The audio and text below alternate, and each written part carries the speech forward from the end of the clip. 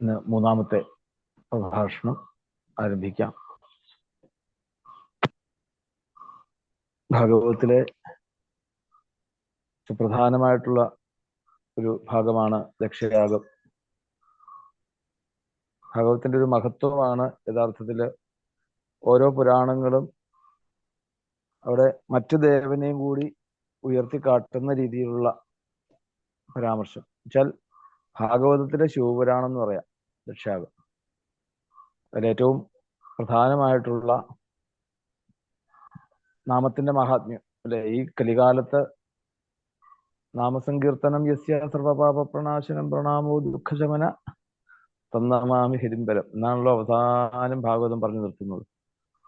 ഈ നാമത്തിന്റെ മഹാത്മ്യം പറയാനുള്ളൂ ഭാഗവതത്തിൽ. ഏത് പ്രകടനങ്ങൾ എടുത്താലും അവിടെ സതീദേവി മഹാദേവന്റെ ശിവൻ അല്ലെങ്കിൽ ശിവ എന്നുള്ള ആ നാമത്തിന്റെ മഹാത്മ്യത്തെക്കുറിച്ചും ആരാണ് മഹാദേവൻ എന്നുള്ള ഈശ്വര സങ്കല്പത്തെ ആ സഭയില് വ്യക്തമായിട്ട് എല്ലാവരെയും ധരിപ്പിച്ചിട്ട് ഇനി ഈ ശരീരം എനിക്ക് വേണ്ടാന്ന് പറഞ്ഞുകൊണ്ട് ഒഴിവാക്കി കൊണ്ടുപോകുന്ന ആ രംഗം നമുക്ക് വിജയലീല അമ്മ ഈ പറഞ്ഞ പോലെ തന്നെ, നേരത്തെ പറഞ്ഞ പോലെ തന്നെയാണ്. പല സ്ഥലത്താണെങ്കിലും ഭാഗവത കുടുംബത്തിലെ വിളക്കുകളാണ് ഇവരൊക്കെ അല്ലെ.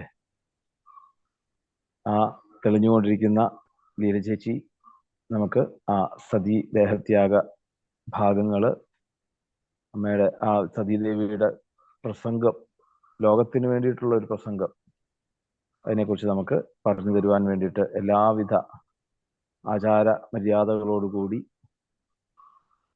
അമ്മയുടെ പാദങ്ങൾ വീണ് നമസ്കരിച്ചുകൊണ്ട് ഈ വേദിയിലേക്ക് സാദരം ക്ഷണിച്ചുകൊള്ളുന്നു. ഗോവിന്ദനാമ സങ്കീർത്തനം ഗോവിന്ദ ഗോവിന്ദ ഗോവിന്ദ. ഓം നമോ ഭഗവതേ വാസുദേവായ ശ്രീകൃഷ്ണ പരമാത്മനേ നമഃ. സദാശിവസമാരംഭാം ശങ്കരാചാര്യമധ്യമാം അസ്മദാചാര്യപര്യന്തം വന്ദേ ഗുരുപരമ്പരാം. ജന്മാദ്യസ്യ തോന്നതാദരസത്താർത്തേഷു വിഘ്നസ്വരാട് തേനേ ബ്രഹ്മഹൃദായമാദികവയേ മുഹ്യന്തി യത്സൂരയാം തേജോവാരിമൃതാം യദാ വിനിമയോ യത്ര സർഗോ വൃഷാം ധാംനാം സ്വേന സദാ നിരസ്തകുഹകം സത്യം പരം ധീമഹി സത്യം പരം ധീമഹി. ഹരി ഓം. തിരുമേനിക്കും ഈ ഭാഗവതോപാസനയിലുള്ള എല്ലാ സജ്ജനങ്ങൾക്കും എൻ്റെ വിനീതമായ നമസ്കാരം. ഇന്ന് ഇവിടെ ഞാൻ പറയാൻ പോകുന്ന ചതുർത്ഥ സ്കന്ധത്തിലെ ചതുർത്ഥ അധ്യായമായ സതീദേവിയുടെ ദേഹത്യാഗമാണ് പറയാൻ പോകുന്നത്. സതീദേവി എന്തിനാണ് ദേഹത്യാഗം ചെയ്തത്, അതിന്റെ ഒരു ചെറിയ കാരണം പറഞ്ഞതിന് ശേഷം ആ യാഗത്തിന്റെ ദേവിയുടെ ആ ഭഗവാനെ പറ്റിയുള്ള ആ സ്തുതികൾ പറയാം. നമുക്കറിയാം ചതുർത്ഥ സ്കന്ധം വിസർഗമാണ്, വിസർഗ ലക്ഷണമാണ്. അതില് പരമ്പരകൾ തുടർന്നുകൊണ്ടിരിക്കുകയാണ്. അങ്ങനെ ആ പരമ്പരയിലെ സ്വയംഭുവനുവിന്റെ പുത്രിയായ പ്രസൂതിയെ ബ്രഹ്മാവിന്റെ പുത്രനായ ദക്ഷ പ്രജാപതിക്ക് വിവാഹം ചെയ്തു കൊടുക്കുന്നു. അതിൽ അവർക്ക് 16 പെൺകുട്ടികൾ ഉണ്ടാവുന്നു. 13 പേരെ ധർമ്മപ്രജാപതിക്കും, സ്വാഹയെ അഗ്നിക്കും, സ്വതയെ പിതൃക്കൾക്കും, സതീദേവിയെ മഹാദേവനും വിവാഹം ചെയ്തു കൊടുത്തു. വിവാഹം ചെയ്തു കൊടുക്കുന്ന സമയത്തൊക്കെ നല്ല ടേംസിൽ തന്നെയായിരുന്നു അവര്. അതിനുശേഷം ഇത് പ്രജാപതിയിലുള്ള ആ ദക്ഷന്റെ ആ അഹങ്കാരം വന്നപ്പോ എല്ലാവരും തന്റെ താഴെയാണ്. ഒരാൾക്ക് ഒരു ലീഡർഷിപ്പ് കിട്ടിക്കഴിഞ്ഞാൽ അത് കിട്ടുന്നവരെ അവരെല്ലാരോടും ഒരേമാതിരി ബഹുമാനം ചെയ്യും, എല്ലാം ചെയ്യും. പക്ഷേ ആ ലീഡർഷിപ്പ് എടുത്തു കഴിഞ്ഞാൽ അവർക്ക് തലയ്ക്ക് ഒരു അഹങ്കാരം വരും. ആ അഹങ്കാരമാണ് ഇവിടെ പറയുന്നത്. ഒരു സഭയില് എല്ലാവരും ഒന്ന് ദക്ഷ പ്രജാപതിയാണ് അവസാനം വന്നത്. വന്ന് കയറിയപ്പോ മഹാദേവനും ബ്രഹ്മാവും മാത്രം എണീറ്റില്ല എന്നൊരു കാരണം പറഞ്ഞിട്ട് ആ മഹാദേവനെ ദക്ഷ പ്രജാപതി വളരെ നിന്ദിക്കുകയാണ് സഭയില്. ആ സമയത്തും മഹാദേവൻ ഒന്നും പറയാതെ എല്ലാം കേട്ടുകൊണ്ടിരുന്ന് അവിടെ നിന്ന് എഴുന്നേറ്റ് പോവുകയാണ് ചെയ്യുന്നത്, ഒന്നും പറയില്ല. അതിനുശേഷം വീണ്ടും മഹാദേവനെ വിളിക്കാതെ ബൃഹസ്പതി സ്തവം എന്ന് പറഞ്ഞൊരു വലിയൊരു യാഗം നടത്തുകയാണ്. ആ സമയത്ത് ബ്രഹ്മാവ് വീണ്ടും ദക്ഷപ്രജാപതിക്ക് പ്രജാപതികളുടെ പ്രജാപതി എന്നുള്ളൊരു സ്ഥാനം കൊടുക്കുകയാണ്. അപ്പൊ ആദ്യം തന്നെ പറയാ കൂനുമേ കുരു എന്ന പോലെ ആദ്യം തന്നെ ഒരു അഹങ്കാരം ഉണ്ട്. ഇതും കൂടി കിട്ടിയപ്പോ കുറച്ചും കൂടി അഹങ്കാരം അധികമായി. ആ അഹങ്കാരം വെച്ചുകൊണ്ട് ഈ യാഗം നടത്തുന്ന സമയത്ത് എല്ലാവരെയും ക്ഷണിക്കുന്നു. പക്ഷെ മഹാദേവനെയും സതീദേവിയും ക്ഷണിക്കുന്നില്ല. പക്ഷേ മറ്റുള്ളവരിൽ പരലെന്ന് പറഞ്ഞിരുന്ന സതീദേവി തനിക്കും തന്റെ അച്ഛന്റെ യാഗത്തിന് പോകണമെന്ന് മഹാദേവനോട് അഭ്യർത്ഥിക്കുന്നു. പക്ഷെ മഹാദേവൻ പറയുകയാണ്, നമ്മളെ വിളിച്ചിട്ടില്ല, വിളിക്കാത്ത സ്ഥലത്തേക്ക് പോണത് ശരിയല്ല, അത് തെറ്റാണ് എന്ന് പറയാണ്. പക്ഷെ ദേവി അതൊന്നും കൂട്ടാക്കുന്നില്ല. ദേവി പറയാണ്, 4 സ്ഥലത്തേക്ക് നമ്മളെ വിളിച്ചില്ലെങ്കിലും നമുക്ക് പോവാം. ഗുരുവിന്റെ അടുത്തേക്ക്, ഗുരുവിനെ എപ്പോ വേണമെങ്കിൽ കാണാൻ പോവാം നമുക്ക്. അത് പറയേണ്ട ആവശ്യമില്ല. നമ്മൾ പോയി അവിടെ ഗുരു ഇല്ലെങ്കിൽ അത് നമ്മുടെ മിസ്റ്റേക്ക്. പക്ഷെ പറയാണ്ട് പോകാനുള്ള സ്ഥലം ഗുരുവാണ്. അതുപോലെ രോഗികളെയും കുട്ടികളെയും എപ്പോ വേണമെങ്കിൽ കാണാൻ പോവാം, അവരെയും കാണാൻ പോവാം. അതുപോലെ സ്വന്തം മാതാപിതാവിന്റെ വീട്ടിലേക്കും എനിക്ക് പോവാം. അത് കാരണം പോകണം എന്ന് പറയാണ്. പക്ഷെ മഹാദേവൻ ഒന്നും പറയുന്നില്ല. പോകണ്ടെന്ന് പറഞ്ഞാലും വിഷമാവും. പോയിക്കോളൂ എന്ന് പറഞ്ഞ് നാം പൊക്കോളാൻ പറഞ്ഞതാണ് ദേവി പോയതെന്ന് പറഞ്ഞാൽ അവിടെയും ഒരു വിഷമം ഉണ്ടാവും. മഹാദേവൻ ഒന്നും മിണ്ടിയില്ല. ദേവിയാണെങ്കിൽ എന്താണെന്ന് അറിയാണ്ട് അകത്തേക്കും പുറത്തേക്കും നടന്നതിന് ശേഷം അവസാനം എന്താ പറയണേ, നമ്മുടെ സ്വജന സംഘം ജയിച്ചു. അവിടെ പറയാണ്, ദേവി ഭക്തിക്ക് അടങ്ങാതെ അച്ഛന്റെ ആ യാഗത്തിലേക്ക് പോവുകയാണ്. കൂടെ ഭൂതഗണങ്ങൾ എല്ലാവരും കൂടി ദേവിയുടെ കൂടെ പോകുന്നുണ്ട്. അവിടെ എത്തിയപ്പോ ദേവിക്ക് സഹോദരിമാരെയും വല്യമ്മമാരെയും എല്ലാം കണ്ട് വളരെ സന്തോഷം. അവരൊക്കെ നന്നായി സ്വീകരിച്ചപ്പെടുത്തിയതിലും ദക്ഷപ്രജാപതി മുഖം കൊടുത്ത് സംസാരിച്ചും കൂടിയില്ല, മകളെ തിരിഞ്ഞു നോക്കിയില്ല എന്ന് മാത്രമല്ല അവിടെ വീണ്ടും വിളിക്കാത്ത വന്നതിനെ അപമാനിക്കുകയാണ് ചെയ്യുന്നത്. അതും ദേവി സഹിച്ചു. അച്ഛനല്ലേ പറയണേ, നമ്മൾ പറയാം അച്ഛനും അമ്മയും നമ്മൾ എന്ത് പറഞ്ഞാലും നമ്മളത് സഹിക്കും. എന്നുവെച്ചാൽ അവർ നമ്മുടെ നല്ലതിനാണല്ലോ പറയണമെന്ന് നമ്മൾ സഹിക്കും. പക്ഷെ ഇവിടെ ദേവിയും അതൊന്നും അത്ര കാര്യമാക്കിയില്ല. എങ്കിലും അവസാനം യാഗസമയത്ത് ഭഗവാന് ആ ഒരു ഭാഗം നീക്കിവെച്ചില്ല മഹാദേവന്. അത് കണ്ടപ്പോ ദേവിക്ക് സങ്കടം വന്നു. അപ്പോൾ ദേവി ദക്ഷനോട് പറയണമെന്നാണ് ഇതിലത്തെ ഈ ശ്ലോകങ്ങൾ. ഈ 4-ാം അധ്യായത്തിലെ 11 മുതൽ 22 വരെയുള്ള ശ്ലോകങ്ങൾ ദേവി മഹാദേവന്റെ മഹിമകളെ കുറിച്ച് പറയുന്നതാണ്. അപ്പോ അതിനു മുമ്പ് ദക്ഷപ്രജാപതി കുറേ കാര്യങ്ങള് മഹാദേവനെ പറ്റി പറയാണ്. മഹാദേവന്റെ ചുടലയിൽ താമസിക്കുന്നു, തലയോട് ധരിക്കുന്നു, ഭിക്ഷ എടുക്കുന്നു, സ്വന്തം ഗൃഹമില്ല, സൗഭാഗ്യങ്ങളൊന്നും ഇല്ല എന്നൊക്കെ പറയാൻ കഴിയണം. പക്ഷെ ഇവിടെ പറയുന്നത് അങ്ങനെ പറഞ്ഞു കേട്ടാണ് അപമാനിക്കുന്നത് മഹാദേവനെ. ഇവിടെ പറയാണ്, ഇതിന്റെ അർത്ഥം സതി എന്ന് പറഞ്ഞാൽ എന്താ? സതി എന്ന് പറഞ്ഞ സത്യരൂപകമായ ബ്രഹ്മത്തെ അനുസരിക്കുന്നവളാണ്. പക്ഷേ ദക്ഷന് തന്റെ മൂഢത്വം കാരണം മഹാദേവനെ ബഹുമാനിക്കാനോ ആദരിക്കാനോ അറിയുന്നില്ല. എപ്രകാരം നമുക്കറിയാം, നമ്മൾ ജനിക്കണു മരിക്കണു, ഈ മരണം നമ്മുടെ കൂടെ തന്നെ ഉണ്ട്. പക്ഷെ നമ്മൾ ആരും ആ മരണത്തിനെ കാണുന്നില്ല, ബഹുമാനിക്കുന്നില്ല. നമുക്കറിയാം നമ്മൾ എനി ടൈം ദേഹത്തിൽ നിൽക്കാം. പക്ഷെ നമ്മൾ ആരും അതിനെ ആലോചിക്കുന്ന നാളത്തേക്ക് ഒന്നും നീട്ടിവെക്കുന്നില്ല. ഇവിടെയും അതുപോലെ ദക്ഷൻ ആ മഹാദേവന്റെ മാഹാത്മ്യം അറിയാതെ തന്നെ വളരെ നിന്നയോടുകൂടി മഹാദേവനോട് പെരുമാറാണ്. അപ്പോഴാണ് ദേവി ഈ ശ്ലോകങ്ങൾ പറഞ്ഞ് ആ മഹാദേവന്റെ മാഹാത്മ്യം പറയുന്നതാണ് ആ ശ്ലോകം. അത് 11 മുതലാണ് ദേവി പറയുന്നത്. അത് ആ യാഗശാലയിൽ വെച്ച് എല്ലാവരുടെയും മുമ്പിൽ വെച്ച് മഹാദേവന്റെ മാഹാത്മ്യം എല്ലാവർക്കും പറഞ്ഞു കൊടുക്കുകയാണ്. അപ്പൊ അതിൽ പറയാണ്, മഹാദേവൻ എങ്ങനെയുള്ള ആളാണ്? ക്ഷിപ്രപ്രസാദിയാണ്. എന്ത് ചോദിച്ചാലും ഉടനെ കിട്ടും. അങ്ങനത്തെ മഹാദേവന്റെ അടുത്ത് നമ്മൾ ഒന്ന് പ്രാർത്ഥിച്ചാൽ മതി, അത് പറയും. അതിനൊരു ഉദാഹരണം പറയാം. ഭസ്മാസുരൻ ചോദിക്കേണ്ട നാരദരോട്, ആരോട് ചോദിച്ചാലാണ് എനിക്ക് വേഗം വരം കിട്ടുക, ആരാണ് എനിക്ക് വേഗം വരം തരിക തപസ് ചെയ്താന്ന് ചോദിക്കാം. നാരദർ പറയാണ്, മഹാദേവനെ ജപിച്ചോളൂ, മഹാദേവനെ തപസ് ചെയ്താൽ ഉടൻ തന്നെ വരം കിട്ടും. ആ മഹാദേവനെ ജപിച്ചിട്ട് ഭസ്മാരസന് വരം കിട്ടി. പക്ഷെ അത് മഹാദേവന് തന്നെ ഒരു വിപരീതമായി തീർന്നു. പക്ഷെ അത് മഹാവിഷ്ണു വന്ന് സഹായിച്ചൊക്കെ ചെയ്ത് അതൊക്കെ ഉണ്ട്. പക്ഷെ അങ്ങനെ ഒരു ഇതാണ് മഹാദേവന്റെ സ്വഭാവം. പറയണ ഒരു തരത്തിലും ആരായിട്ടും വൈരാഗ്യം ഇല്ലാത്ത ആണ് മഹാദേവൻ. അങ്ങനെയുള്ള ആ മഹാദേവനെയാണ് തൻ്റെ പിതാവ് വിപരീതമായി മനസ്സിലാക്കിക്കൊണ്ട് ആ മഹാദേവനെയാണ് അങ്ങനെ ശത്രുവാണെന്ന് വിചാരിച്ചിട്ട് ഇങ്ങനെ പെരുമാറുന്നത് എന്ന് പറഞ്ഞിട്ടാണ് ആദ്യത്തെ 11ാമത്തെ ശ്ലോകത്തിൽ പറയുന്നത്. പിന്നെ പറയാണ് 12ാമത്തെ ശ്ലോകത്തിൽ പറയാണ് സർവ്വലോകങ്ങൾക്കും എല്ലാ ഉപകാരം ചെയ്യുന്ന ആ മഹാദേവന്റെ നല്ല കാര്യങ്ങളെയെല്ലാം ഓർക്കാതെ തന്റെ മനസ്സിലുള്ള വൈരം കൊണ്ട് ആ മഹാദേവനെ അങ്ങ് നിന്ദിക്കുകയാണ്. അതും അങ്ങയുടെ പേരിൽ തെറ്റാണ്.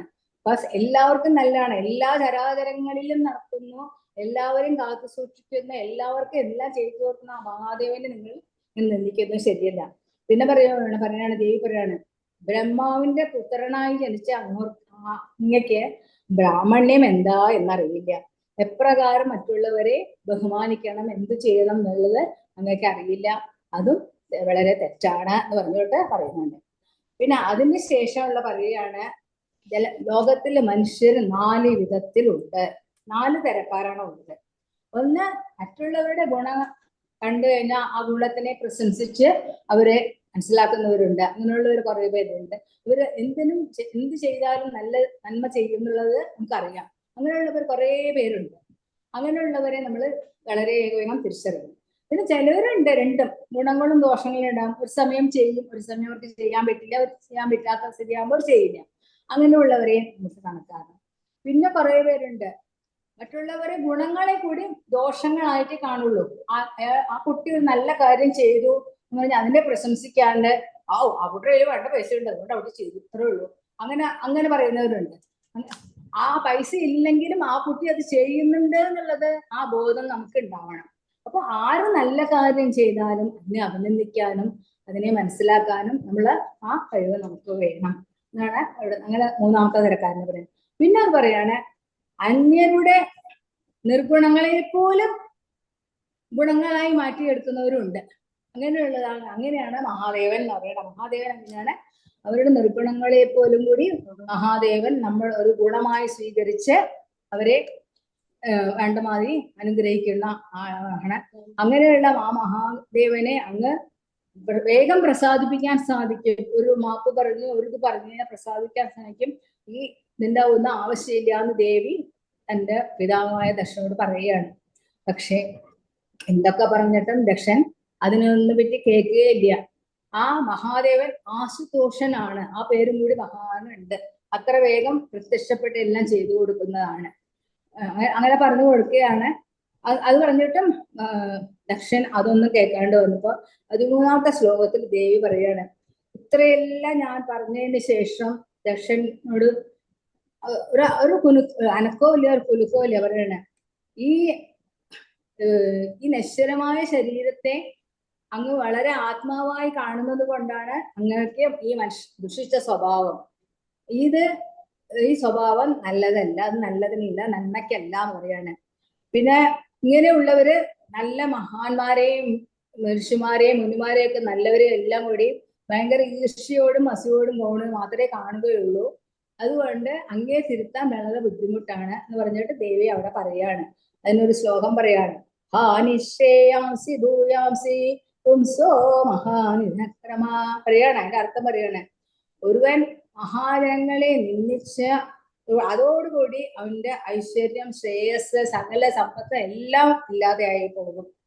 അതേസമയം ആരാണോ ആ മഹർഷിയെ മുനിമാരെ നിന്ദിക്കാതിരിക്കുന്നതോ അവർക്ക് ലോകത്തിൽ എല്ലാ ഐശ്വര്യങ്ങളും വിചാരിച്ച മാതിരി കിട്ടുമെന്ന് പറയാണ്. പിന്നെ ഇതിലത്തെ ഭഗവാന്റെ നാമമഹിമയുടെ ശ്ലോകമാണ് വളരെ 14ാമത്തെ ശ്ലോകം. വളരെ ഇമ്പോർട്ടൻ്റ് ആണ്. ഇതിലത്തെ അതിനെയാണ് നാമമഹിമയുടെ നമ്മുടെ ഭാഗവതത്തിൽ നമ്മൾ എല്ലാത്തിലും കാണുന്നുണ്ട്. നാമമഹിമയെ പറ്റിയിട്ട് അതിന്റെ പരിപാടിയാണ് യദ്വക്ഷരം നാമഗിരേരിദം മൃണാം സഗർപ്രസംഗാദകമാശു ഹന്തിത പവിത്ര കീർത്തിം തം അലങ്ക്യ ശാസനം ഭവാനഹോ ദേഷ്ടിശിമം ശിവേദന സർവത്ര മഹാദേവ ഹര ഹര മഹാദേവ. അപ്പൊ ഇതിന്റെ പറയാണ്, ഈ ശ്ലോകത്തിൽ പറയാണ് മഹാന്മാര് മഹാന്മാരെ നിന്ദിക്കരുത്. പിന്നെ ആര് ദുർജന സ്വഭാവം ഉണ്ടെങ്കിലും അവർ ഈ ശിവൻ നാമം, അത് മംഗളനാമമാണ്.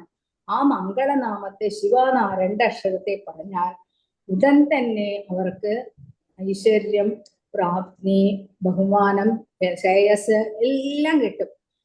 അത് അത്ര പാപം ചെയ്ത ആയാലും അവർക്ക് ആ ഐശ്വര്യം തന്നെത്താനെ വരുന്നാണ് പറയാം. അത് ഉച്ചരിച്ച മാത്രയിൽ തന്നെ അവർക്ക് അതിന്റെ ബലം കിട്ടുന്നതാണ് ദേവി പറയുന്നത്. അങ്ങനെ പറയാണ്. നമുക്കതറിയാം, അജാമളന്റെ കാര്യം അറിയാം. അജാമളിൽ ഒന്നും അറിഞ്ഞിട്ടല്ല നാരായണ പറഞ്ഞത്, തന്റെ മോനെ വിളിച്ചതാണ്. പക്ഷെ എന്താ, ആ 2 അക്ഷരം 4 അക്ഷരം മതി നാരായണ ഭഗവാൻ കിട്ടി. രത്നാകരൻ എന്തറിഞ്ഞിട്ടാണ് വാത്മീകിയായത്? അവര് മഹർഷിമാര് പറഞ്ഞു രാമ രാമ പറയൂ. രാമ എന്നതിന്റെ അർത്ഥം അറിയില്ല, അത് എങ്ങനെ എഴുതണം എന്നറിയില്ല, എങ്ങനെ ഉച്ചരിക്കണം ഒന്നും അറിയില്ല. ആ രാമ എന്ന് പറയാണ്ട് രാമ രാമ രാമ രാ പറഞ്ഞ് തന്നെ ആ അങ്ങോട്ട് വലിയൊരു വലിയ കവിയായി നമുക്ക് രാമായണം തന്നതാണ്. അപ്പൊ ഭഗവാൻ അതാ പറയണേ, ആ 2 അക്ഷരം നമ്മൾ ഉറക്കത്തിൽ പറഞ്ഞാലും എപ്പോ പറഞ്ഞാലും നമ്മുടെ മനസ്സിലത്തോട് കൂടി കഴിഞ്ഞാൽ നമുക്ക് ആ നാമത്തിന്റെ മാഹാത്മ്യം വളരെയധികം മനസ്സിലാക്കാൻ സാധിക്കും. ദേവി പറയാം, അങ്ങനെ ആ 2 നാമം പറഞ്ഞാൽ കൂടെ മതി. ശിവ എന്ന് പറഞ്ഞാൽ മംഗളം കിട്ടുന്നതാണ് ശിവ എന്ന് പറഞ്ഞത്. അപ്പൊ നമ്മൾ പറയാറുണ്ട്, എന്തെങ്കിലും ശിവ എന്ന് പറയാണ്ട് മംഗളം വരട്ടെ, അങ്ങനെയാണ് അതിന്റെ അർത്ഥം. അങ്ങനെ പറയുകയാണ്. ഇത്രയെല്ലാം ചെയ്തതിന് ശേഷം പിന്നെ വീണ്ടും ദേവി പറയുകയാണ്, ഇത്രയെല്ലാം നിന്ദിക്കുന്നുണ്ടല്ലോ, ഞാൻ ഒരു കാര്യം കൂടി പറയാന്ന് പറഞ്ഞ് 15ാമത്തെ ശ്ലോകത്തിൽ പറയാണ്. എല്ലാ സംസാര സാഗരങ്ങളെയും അധികരിച്ചതിന് ശേഷം സനകാദികള് ആ ബ്രഹ്മാനന്ദത്തെ നേടുവാൻ ഈ മഹാദേവന്റെ പാദരേണുക്കളെയാണ് ആശ്രയിക്കുന്നത്. അവർക്ക് ശ്രേയസ് ഒന്നും ആവശ്യമില്ല. പക്ഷെ അവർക്ക് ഈ പാദരേണുക്കൾ ആശ്രയിച്ചാൽ അവർക്ക് വേണ്ടത് ആ ഇത് ലഭിക്കുന്നു പറയാം. അതേപോലെ തന്നെ നമ്മള് കർമ്മം ചെയ്യുന്ന ക്രിസ്താസങ്ങൾക്ക്, നമ്മുടെ ലൗകിക സുമർക്കും നമ്മളും ആ മഹാദേവനെ ആശ്രയിച്ചാൽ നമുക്ക് വേണ്ടത് നമുക്ക് ഭഗവാൻ തരും എന്നാണ് പറയുന്നത്. ഇപ്പൊ ലൗകികസുകൾ ആഗ്രഹിക്കുന്നവർക്ക് അതും കിട്ടും, അത് എല്ലാ മോക്ഷപ്രാപ്തിക്കുള്ളവർക്കും അതും കിട്ടും. അതൊക്കെ പറഞ്ഞു കൊടുക്കുകയാണ്. അതുകൊണ്ട് ഇങ്ങനെയെല്ലാം പറഞ്ഞാൽ മതി എന്നൊക്കെ പറഞ്ഞു കൊടുക്കുകയാണ്. അതൊന്നും കേൾക്കണില്ല. പിന്നെ പറയാണ്, ദേവി പറയാണ്, നിങ്ങൾ പരിഹസിച്ചല്ലോ, എന്റെ ഭർത്താവ് ചുടലെ നൃത്തം ചെയ്യുന്നു, പിശാചുക്കളുടെ കൂടെ നൃത്തം ചെയ്യുന്നു, തലയോട് ധരിക്കുന്നു, ചുടല ഭസ്മം ചൂടുന്നു, അതൊക്കെ പറഞ്ഞല്ലോ. അങ്ങനെയുള്ള ഭഗവാനെയാണ് ഋഷിമാരും മുനിമാരും എല്ലാരും ആ പാദരേണുക്കളിൽ നിന്ന് ഒരു പാദകൂലി കിട്ടാൻ വേണ്ടി പ്രാർത്ഥിക്കുന്നു. ആ മഹാത്മം നിങ്ങൾക്ക് അറിയില്ലല്ലോ എന്ന് പറഞ്ഞിട്ട് അത് ദക്ഷനോട് പറയാണ്. പിന്നെ ദേവിക്ക് ഇവരെല്ലാം പറഞ്ഞിട്ടും ദക്ഷന് ഒരു മാറ്റമില്ല. അഹംഭാവം, അഹം എന്ന ഭാവം, അഭിമാനം, അങ്ങനെ അത് ഇങ്ങനെ കണ്ടുകൊണ്ടിരിക്കുകയാണ്. ദേവി പറയണ മതി എന്തൊക്കെ പറഞ്ഞിട്ടും കേൾക്കുന്നില്ല. അവിടെ ദേവി തന്റെ ഇത് പറയുകയാണ്. ഈ ലോകത്തിൽ ദേവി പറയാണ്, അങ്ങേ പോലുള്ളവർ എന്ത് പറയാനും മടിക്കില്ല. ആ പറയാൻ അടുത്ത ശ്ലോകത്തിൽ പറയാണ്, 17ാമത്തെ ശ്ലോകത്തിൽ, എന്ത് പറയാനും മടിക്കാത്തവരാണ്. ആരെയും നിന്ദിക്കാനും ആരെ പറ്റി അവഹേളിക്കാനൊക്കെ നിങ്ങൾക്ക് സാധിക്കും. അപ്പൊ നിങ്ങളെ ഉള്ളവരെയൊക്കെ നമ്മൾ എന്ത് ചെയ്യണം? ആ നാവ് മുറിച്ച് കളയാണ് വേണ്ടത്.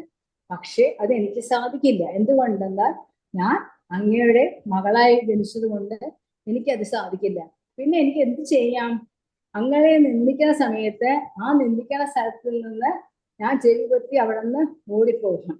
നമ്മൾ പറയാറുണ്ടല്ലോ, നമ്മൾ സജ്ജനങ്ങളെല്ലാം നിൽക്കുന്ന എല്ലാവരും പറയുന്ന സമയത്ത് ആരെങ്കിലും ആരെ പറ്റി കുറ്റം പറയുമ്പോൾ നമ്മൾ വിചാരിക്കും നമ്മൾക്ക് അത് കേൾക്കണം, നമ്മൾ അവിടെ നിന്ന് പൊക്കണം, നമ്മൾക്ക് അതിനെപ്പറ്റി അറിയേണ്ട ആവശ്യമില്ല.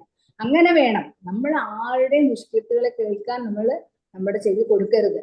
എന്നുവെച്ചാൽ പലരും പലമാതിയായിരിക്കും ലോകത്ത്, ഒരാൾ ഒരേപോലെ ഉണ്ടാവില്ല. ഒരു സമയം നല്ല മൂഡിലായിരിക്കും, ചിലപ്പോൾ മൂഡ് മാറും, മനുഷ്യ സ്വഭാവമാണ്. അപ്പൊ നമ്മൾ എന്താ, ആരെങ്കിലും ആരെ പറ്റിയെങ്കിലും എന്തെങ്കിലും കുറ്റം പറഞ്ഞുകൊണ്ടിരിക്കുകയാണെങ്കിൽ നമ്മളത് കേൾക്കാതെ അവിടെ നിന്ന് പോകണം. നമ്മുടെ പരിസരത്തേക്ക് അത് മാറ്റാൻ അവിടെ നിന്ന് പോകണം. അതേപോലെയാണ് ദേവി പറയുന്നത്. അപ്പൊ എനിക്കിവിടെ വേറെ ഒരു രക്ഷയില്ല, ഞാൻ ഇവിടെ നിന്ന് ഓടിപ്പോവുക തന്നെ വേണം. അതുകൊണ്ട് ഞാൻ ഇനി കേൾക്കാതിരിക്കാൻ ഇനി അവിടെ നിന്ന് പോവുക തന്നെ വേണം, എനിക്ക് വേറെ രക്ഷയൊന്നുമില്ല എന്നൊക്കെ പറഞ്ഞുകൊണ്ടിരിക്കുകയാണ്. ഇതൊക്കെ പറഞ്ഞു കഴിഞ്ഞതിന് ശേഷം പിന്നെ ദേവി പറയുകയാണ്, എല്ലാ പ്രകാരം ദേവി സദസ്സിലെ എല്ലാവരും ഉപദേശിച്ചു കൊടുത്തതിന് ശേഷം പറയാണ്, എനിക്ക് ഇനി വേറൊരു കാര്യം കൂടി പറയാനുണ്ട്.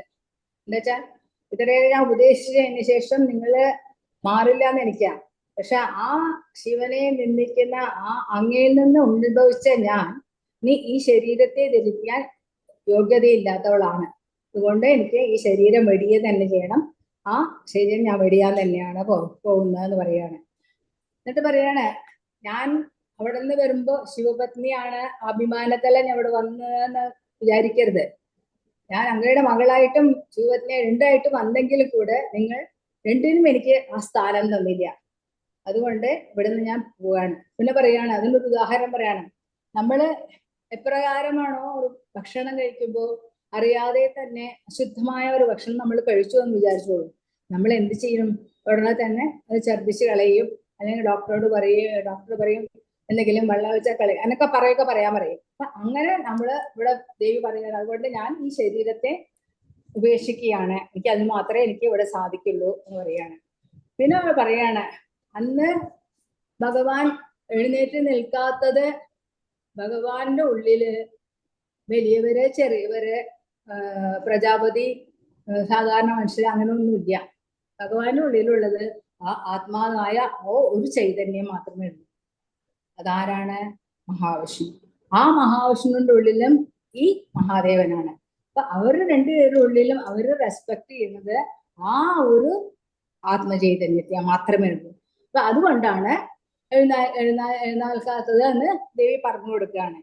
പിന്നെ മാത്രമല്ല, ഇവരൊക്കെ ത്രിഗുണങ്ങൾക്ക് അതീതരല്ല, ത്രിഗുണാതീതന്മാരാണ്. അത് നമ്മള് ഭഗവത്ഗീതയില് ഭഗവാൻ പറയുന്നല്ലോ, അത് പറയുന്നത് ശ്രീകുണ്ഠ അങ്ങനെ പറഞ്ഞിട്ട് അതിനെ പറ്റി കുറച്ച് പറഞ്ഞു കൊടുക്കുകയാണ് ദേവി. അങ്ങനെയെല്ലാം പറഞ്ഞതിന് ശേഷം പിന്നെയും ദേവിക്ക് പിന്നെ സങ്കടം വരികയാണ്. ദേവി പറയാണ്, എനിക്ക് ഞാൻ ചെയ്തത് തെറ്റാണ്, എന്നോട് മഹാദേവൻ പറഞ്ഞതാണ് പോയി കഴിഞ്ഞാൽ അവൾക്കോട് അപമാനിക്കേ ഉള്ളൂ, അപമാനം എനിക്ക് സഹിക്കില്ല. പക്ഷെ ഞാൻ എന്റെ പിതാവ് അത്തരക്കാരനല്ല എന്ന് ഞാൻ അവിടെ എന്റെ ഭർത്താവിനോട് പറഞ്ഞിട്ടാൻ വന്നത്. നമ്മൾക്കറിയാം, നമ്മള് ഭർത്താവിന്റെ വീട്ടില്, അമ്മയുടെ വീട്ടില്, അച്ഛൻ്റെ വീട്ടിലേക്ക് അവിടെ പോണ സമയത്ത് നമ്മൾ എന്താ പറയുക, നമ്മളെ ഭർത്താക്കന്മാരെ പറ്റി നമ്മള് എപ്പോഴും ഉയർത്തി പറയും. നമ്മളെ സിസ്റ്റേഴ്സിനോടോ ബ്രദേഴ്സിനോടോ ഒക്കെ പറയും, ഭയങ്കര ബിസിയാണ്, അങ്ങനെയാണ് ഇങ്ങനെയാന്നൊക്കെ പറയും നമ്മളെ. പക്ഷെ അതേപോലെ ഞാൻ വിചാരിച്ച എന്റെ അച്ഛനും ഞാൻ പറഞ്ഞതൊക്കെ സ്വീകരിക്കുമെന്ന് വിചാരിച്ചിട്ട് എന്റെ അച്ഛൻ അത്തരക്കാരനല്ല, എന്നെ സ്വീകരിക്കും, നിന്ദിക്കില്ല എന്ന് പറഞ്ഞിട്ട് ഞാൻ ആ കൈലാസത്തിൽ നിന്നും മഹാദേവനോട് അത്ര പറഞ്ഞിട്ടാണ് ഇവിടെ എത്തിയത്. പക്ഷെ ഞാൻ വിചാരിച്ച മാതിരിയല്ല, നല്ല വ്യത്യാസമുണ്ട് എന്ന് പറയാണ്. പിന്നെ പറയാണ്, ഇനി ഞാൻ കൈലാസത്തിലേക്ക് തിരിച്ചു പോവില്ല. തിരിച്ചു പോയി കഴിഞ്ഞാൽ ഭഗവാൻ എന്നോട് ചോദിക്കും, എന്താ സൽക്കാരമെല്ലാം വളരെ ഭംഗിയായില്ലേ എന്നൊരു കള്ളപ്പുഞ്ചിരിയോട്, ഒരു പരിഹാസ ചിരിയോട് ചോദിച്ചാൽ അതെനിക്ക് താങ്ങില്ല. എന്താ വെച്ചാ പോകണ്ടെന്ന് പറഞ്ഞ ആളുകൾ ഞാൻ വന്നിട്ട് ഇവിടെ വന്ന് ഈ പരിഹാസ ചിരിയും കേട്ടിട്ട് അവിടെ പോയി കഴിഞ്ഞാൽ എനിക്ക് സമാധാനം ഉണ്ടായില്ല. അത് മാത്രമല്ല, ഇടയ്ക്കിടയ്ക്ക് എന്തെങ്കിലും ഒരു സംസാരം വരുമ്പോ ഇത് ഇടയ്ക്കിടയ്ക്ക് ചോദിക്കും. അപ്പൊ അത് തമ്മിൽ വഴക്കാം. അപ്പൊ എനിക്ക് അവിടെയും പോകാൻ പറ്റില്ല, അപ്പൊ ഞാൻ അവിടേക്കും പോകില്ല. അപ്പൊ ഞാൻ എന്റെ ദേഹം ത്യാഗം ചെയ്യുകയാണ് പറയാം. അപ്പൊ 18ാമത്തെ ഇതിലാണ് ദേവിയുടെ ദേഹത്യാഗത്തിനെ പറയുന്നത്. അപ്പൊ ഇവിടെ എങ്ങനെയാ പറയുന്നത് വെച്ചാ, നമുക്കറിയാം മൂലാധാരത്തിലെ കുണ്ടലിനി ശക്തിയിലെ ശിവനും ശക്തിയുമാണ്. ആ ശക്തിയെ യോഗാഭ്യാസത്താൽ ആർക്ക് അധീനമാക്കാൻ സാധിക്കുന്നുവോ അവർക്ക് പഞ്ചഭൂതത്തിലെ എന്ത് വേണമെങ്കിലും ആക്കാൻ സാധിക്കത്രേ. ആ പഞ്ചഭൂതത്തിലെ ആദ്യം ഒരു വായുവായിട്ട് പിന്നെ അഗ്നിയായിട്ട്, അങ്ങനെയാണ് ദേവിയുടെ അഗ്നിയില് തന്റെ ദേഹം ത്യാഗം ചെയ്യുന്നത്. ഇത് നമുക്ക് ദേവഹൂതി ചെയ്യുന്നല്ലോ. ഭഗവാന്റെ കപിലവാസുദേവന്റെ രാവിലെ കേട്ടു സാഖ്യയോഗത്തിലെ കപിലവാസുദേവന്റെ ആ ഉപദേശങ്ങളെല്ലാം സ്വീകരിച്ച് ദേവഹൂതി സജ്ജന സർജനം കഴിഞ്ഞിട്ട് യോഗമായയിലിരുന്നതിന് ശേഷം അവസാനം ജലസ്രോതസ്സായി പോവുകയാണ്. അവിടെ ദേവി ജലമാവാനാണ് യോഗസിദ്ധി ചെയ്തത് എന്ന് പറയാണ്. പിന്നെ പറയണ്ട്, പതഞ്ജലിയുടെ യോഗസൂത്രത്തിൽ പറയുന്നുണ്ട്, സമാനവായുവിനെ എല്ലാത്തെയും ഒന്നിച്ച് കീഴടക്കി കഴിഞ്ഞാൽ നമുക്ക് അഗ്നി ഉണ്ടാക്കാമെന്ന്. അത് പതഞ്ജലിയുടെ യോഗത്തിൽ പറയുന്നുണ്ട്. പിന്നെ പറയാ ശ്വേതശേതോപനിഷത്ത് പറഞ്ഞൊരു ഉപനിഷത്തിൽ പറയുന്നുണ്ട്, മനസ്സിനെ ഏകാഗ്രമാക്കി നമ്മൾ പ്രാർത്ഥിച്ചാലും നമുക്ക് അഗ്നി ഉണ്ടാക്കാമെന്ന്. അങ്ങനെ ഉണ്ടാക്കിയിട്ടാണ് ദേവി ആ ഇതില് തന്റെ ദേഹം വെടിയുന്നത്. ആ ദേഹം വെടിയുന്നതിന് മുമ്പ് വീണ്ടും ദേവി ദക്ഷനോട് പറയാണ്, ഞാൻ ദേഹം വെടിയാൻ പോകുന്നത് തീർച്ചയാക്കി കഴിഞ്ഞു, പക്ഷേ എനിക്ക് അങ്ങോട് 2 വാക്കുകൂടിയും 2 ഉപദേശം കൂടി പറയാനുണ്ട് എന്ന് പറയാണ്. അതാണ് പ്രവൃത്തി മാർഗവും നിവൃത്തി മാർഗവും. അപ്പൊ ആ പ്രവൃത്തി മാർഗവും നിവൃത്തി മാർഗവും എന്താണെന്ന് പറയാണ്. അപ്പൊ ആ പ്രവൃത്തി മാർഗം എന്താ വെച്ചാ, ആരോ നമ്മൾക്ക് സ്വർഗാധികാരങ്ങളിലേക്ക് ആഹിച്ച് വളരെ പൈസ കിട്ടണം, അങ്ങനെ വേണം, സന്തോഷമായിട്ട് ജീവിക്കണം, ശ്രേയസ് ഉണ്ടാവണം എന്ന് വിചാരിക്കുന്ന അങ്ങനെ ചെയ്യുന്ന പ്രവൃത്തികൾക്ക് പ്രവൃത്തി മാർഗം എന്ന് പറയും. പിന്നെ അങ്ങനെ അല്ലാതെ വരെ ഇതിലൊന്നും ഈ ലൗകികളൊന്നും വേണ്ട, ഭഗവാൻ മാത്രം മതി, ഭഗവാനെ മാത്രം നനച്ചിരിക്കുന്നവർക്ക് ആ നിവർത്തി മാർഗമാണ്. അത് രണ്ടും വേദത്തില് ആക്സെപ്റ്റ് ചെയ്തിട്ടുണ്ട്. ഭഗവാനും അവനും ആക്സെപ്റ്റ് ചെയ്യുന്നത് ഏത് മാർഗമായാലും നമുക്ക് സ്വീകരിക്കാം. പക്ഷെ രണ്ടും കൂടിയുള്ള മാർഗം നമുക്ക് സ്വീകരിക്കാൻ പറ്റില്ല. പക്ഷെ പോവാം, പ്രവൃത്തി മാർഗത്തിൽ ഇരുന്നു കൊണ്ട് തന്നെ നമുക്ക് നിവർത്തി മാർഗത്തിലേക്ക് പോകാം. ഇപ്പൊ നമ്മളിപ്പോ ഗൃഹസ്ഥാശ്രമത്തിലാണ്. ഗൃഹസ്ഥാശ്രമത്തിന് നമ്മള് പണ്ട് ഇന്ന മതിയല്ല എത്തിരിക്കുന്നത്. ഇപ്പൊ നമ്മൾ കുറച്ചുകൂടി വ്യത്യാസം വന്നു. നമ്മളിപ്പോ ഭാഗവതം കേൾക്കുന്നു, നാരായണം കേൾക്കുന്നു, എല്ലാം കേൾക്കുന്നു, എല്ലാം പഠിക്കുന്നുണ്ട്. ആ സത്സംഗത്തിലൊക്കെ നമ്മൾ ചേരുന്നുണ്ട്. ആ സത്സംഗത്തിൽ വന്ന പിന്നെ നമ്മൾക്കുള്ള വ്യത്യാസം നമ്മൾ അറിയുന്നുണ്ട്. നമ്മുടെ ആ ക്ഷിപ്രകോപവും വളരെ ദുഃഖിച്ചിരിക്കുന്നതും എല്ലാം ഭഗവാൻ കൽപ്പിച്ച് തന്നതാണെന്ന് നമ്മൾ സ്വീകരിക്കാനുള്ള നമ്മളെ ആ മനസ്സ് നമുക്ക് വന്നു കഴിഞ്ഞു.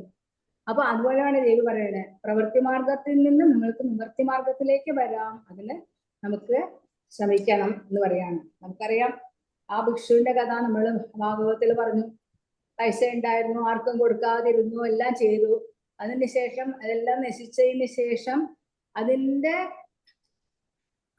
കർമ്മം എന്തൊക്കെയാണെന്ന് മനസ്സിലാക്കിയ അങ്ങോര് പിന്നെ വീണ്ടും നല്ല നിവൃത്തി മാർഗത്തിലായി ഭഗവാന്റെ കീർത്തനങ്ങൾ പാടി ഭഗവാനെ ധ്യാനിച്ച് അങ്ങനെ ആ വിശ്വന് മോശം കിട്ടും. അതുപോലെയാണ് നമ്മളിപ്പോ പാപം നമ്മൾ ചെയ്യാത്തവർ ആരും ഉണ്ടാവില്ല. എല്ലാവരും എന്തെങ്കിലും പാപം ചെയ്തിട്ടുണ്ടാവും. പക്ഷെ അതെല്ലാം ഇല്ലാതാക്കാൻ നമ്മൾ ശ്രമിക്കണം, പ്രയത്നിക്കണം, ഭഗവാനിലേക്ക് അടുക്കാനുള്ള ശ്രമം വേണം എന്നൊക്കെ പറയാണ്. അപ്പൊ ഇതൊക്കെ പറഞ്ഞ് ദക്ഷയോട് പറഞ്ഞതിന് ശേഷം പറയാണ്, പിന്നെ ഒടുവിൽ പറയാണ് ദക്ഷ പറയാത്രേ, നിനക്ക് വീടില്ല, കൂടില്ല, മോഹസാമരികകളൊന്നുമില്ല, നിങ്ങൾ എങ്ങനെ ഇരിക്കുകയല്ലേ, ചുരുളക്കാട്ടിലെ മധു ഇതും പറഞ്ഞ് ഭിക്ഷയാഴ്ച നടക്കുകയല്ലേ, നിങ്ങൾക്ക് ആ ലൗകിക സൗകര്യങ്ങളൊന്നും ഇല്ലാത്തത് കൊണ്ട് നിങ്ങളെ വഹിക്കാൻ ആവശ്യമില്ല പറയണം. അപ്പൊ ദേവി പറയാണ്, നിങ്ങൾക്കുള്ള ലൗകിക സൗകര്യങ്ങളൊക്കെ നശ്വരമാണ്, അല്പം മാത്രമേ. ഇന്നൊരാളുടെ അടുത്ത് ഉണ്ടാവും, നാളെ വേറൊരാളുടെ അടുത്ത് പോകും, ഇന്നൊരാൾക്ക് പോകും, മാറി മാറി മാറി മാറി പോകും. അപ്പൊ പറയാ നമ്മൾ പൂന്താനത്തിലും പോലെ 1-2 ദിനം കൊണ്ട് തന്നെ ഇങ്ങനെ മാറിക്കെട്ടുണ്ടാവുക എന്നൊക്കെ പറഞ്ഞിട്ട്, അതുപോലെ ഒരു ദിവസം കൊണ്ട് നമ്മൾക്ക് ഇന്നുള്ളതൊന്നും നാളെ ഉണ്ടാവില്ല, പെട്ടെന്ന് ഇല്ലാണ്ടേ ആവും. അത് നമ്മുടെ കർമ്മബലം. അതേസമയം നമ്മൾക്ക് ചിലപ്പോൾ പെട്ടെന്ന് എല്ലാം കിട്ടും, പെട്ടെന്ന് ഒരു ലോട്ടറി അടിക്കുക എന്നിട്ട് നമുക്ക് കോടിക്കണക്കിന് പൈസ വിടും. അപ്പൊ അത് നമ്മുടെ കർമ്മത്തിന്റെ ബലമാണ്. അപ്പൊ അതിന് നമ്മൾ അഹങ്കരിക്കലും ചെയ്യരുത്, ദുഃഖിക്കലും ചെയ്യരുത്. അപ്പൊ ദേവി പറയാണ്, പക്ഷെ ഞങ്ങളുടെ എല്ലാം സൗഭാഗ്യങ്ങളിലെ സ്ഥിരമാണ്, അത് എല്ലാവരും ഞങ്ങളെ ബഹുമാനിക്കുന്ന അതിനുള്ള തരുന്നുണ്ട് എന്നൊക്കെ പറഞ്ഞ് ഇവിടെ ദേവി ലക്ഷ്മണോട് പറയാണ്. ഒടുവിൽ പറയാണ്, ഞാൻ എന്റെ ദേഹം വിടും, എന്നുവെച്ചാൽ എന്നെ നീ ദാക്ഷായണി എന്ന് പറഞ്ഞ് ആരും വിളിക്കാൻ പാടില്ല, എനിക്ക് ആ പേര് വേണ്ട, ദാക്ഷായണി എന്നുള്ള ആ പേര് വിളിച്ച് എന്നെ ആരും വിളിക്കരുത് എന്ന് പറഞ്ഞിട്ട് ആ ദേവി 27ാമത്തെ ശ്ലോകത്തിലാണ് ദേവി ദേഹത്യാഗം ചെയ്യുന്നത്. ചരണാംബുജാസമം ജഗദ്ഗുരോ ചിന്തയതി ജ്ഞാപരം തദർശ ദേഹോ ഹതകൽമഷാസദേ സദ്യപ്രജ്വാല സമാധിജാതിനാം സർവത്ര ദേവീ നാമ സങ്കീർത്തനം ശ്രീ മഹാദേവ്യേ നമഃ. ഇങ്ങനെ ദക്ഷന് പറഞ്ഞു ഉപദേശം ചെയ്തു കൊടുത്തതിന് ശേഷം ദേവി ആ അഗ്നിയിൽ ഇരുന്ന് ദേഹത്യാഗം ചെയ്യുന്നു. ആ ദേവി മോക്ഷം കിട്ടുന്നു. അതിനുശേഷമുള്ള കഥ എല്ലാവർക്കും അറിയാം. ഭഗവാൻ ദേഷ്യപ്പെടുന്നതും താണ്ഡവ നൃത്തം ചെയ്യുന്നതും ദേവിയെ കഷ്ണങ്ങളാക്കിയിരിക്കുന്നതും ഇങ്ങനെ കുറെ ദേവി സ്ഥലങ്ങളിൽ ഉണ്ടാവുന്നതൊക്കെ പറയുന്നതാണ്. ഇത്രയാണ് ഇതില് ദേവിയുടെ ഭഗവാന്റെ സ്തുതി ഞാൻ മനസ്സിലാക്കിയത്. ഇത് ഞാൻ ഗുരുപാദത്തിലും എല്ലാ സജ്ജനങ്ങളുടെ പാദത്തിലും ഗുരുക്കന്മാരിലും എല്ലാവരും ക്രിസ്തുവിന്റെ മുന്നോറുകളുടെ സ്ഥാനത്തും പ്രാർത്ഥനയും പാദത്തിൽ സമർപ്പിക്കുന്നു. ഈ ഒരു അവസരം തന്ന തിരുമേനിക്കും എല്ലാവർക്കും എത്ര നേരം കേട്ടുകൊള്ളുന്ന എല്ലാവർക്കും എന്റെ വിനീതമായ നമസ്കാരം. ആയേന വാചാ മനസേന്ദ്രിയർവാ ബുദ്ധ്യാത്മനാ വാ പ്രകൃതേ സ്വഭാവാത് കരോമി യദ്യത് സകലം പരസ്മൈ നാരായണായേതി സമർപ്പയാമി. സർവം നാരായണായേതി സമർപ്പയാമി. ഹരി ഓം. ഗോവിന്ദനാമ സങ്കീർത്തനം. ഗോവിന്ദ ഗോവിന്ദ.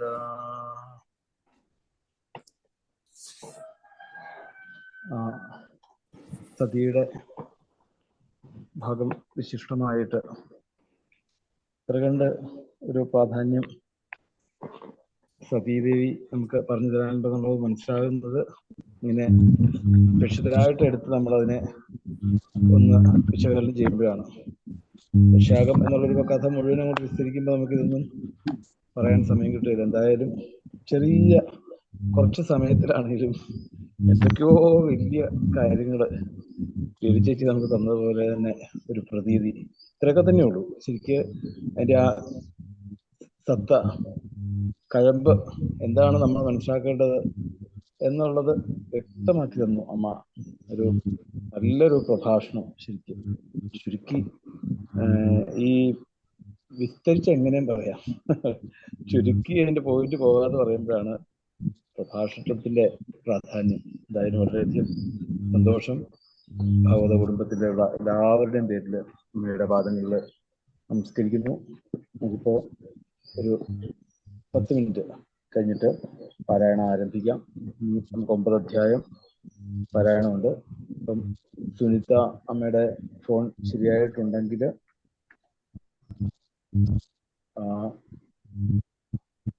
പാരായണം